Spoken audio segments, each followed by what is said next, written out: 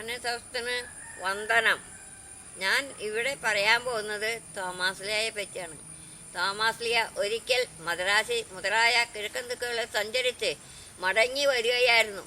ഒരു വഴി മലയാറ്റൂരിൽ എത്തി. അവിടെയുള്ള ഒരു കുന്നിൻ്റെ മുകളിൽ കയറി പാറപ്പുറത്ത് കുരിശു വരച്ചു മുട്ടുകുത്തി പ്രാർത്ഥിച്ചു. പ്രാർത്ഥന കഴിഞ്ഞ് അദ്ദേഹം പോവുകയും ചെയ്തു. അക്കാലങ്ങളെ ആ പ്രദേശം കാട്ടുമൃഗങ്ങളുടെ വാസന സ്ഥലമായിരുന്നു.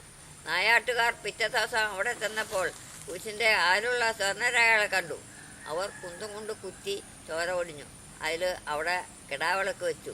ഈ വിളക്ക് കെട്ടാൽ ഒരു തരം ചെമ്മിരാടികൾ മലയിറങ്ങി വന്ന് നടക്കുകയും അതുകണ്ട് ആളുകൾ പോയി വിളക്ക് വീണ്ടും കൊളുത്തുക പതിവായിരുന്നു. ഈ വള്ളിയിരിക്കുന്ന സ്ഥലത്തിന് മലയാറ്റൂർ കുരിശുമുടി എന്നാണ് പറയുന്നത്. മലയാറ്റൂർ കുരിശുമുടി മല കയറിയുമ്പോൾ പൊന്നുംകുരിശ് മുത്തപ്പോ പൊന്മല കയറ്റം, പൊന്നുംകുരിശ് മുത്തപ്പോ പൊന്മല ഇറക്കം എന്നും പറഞ്ഞ് നിലവിളിക്കാറുണ്ട്.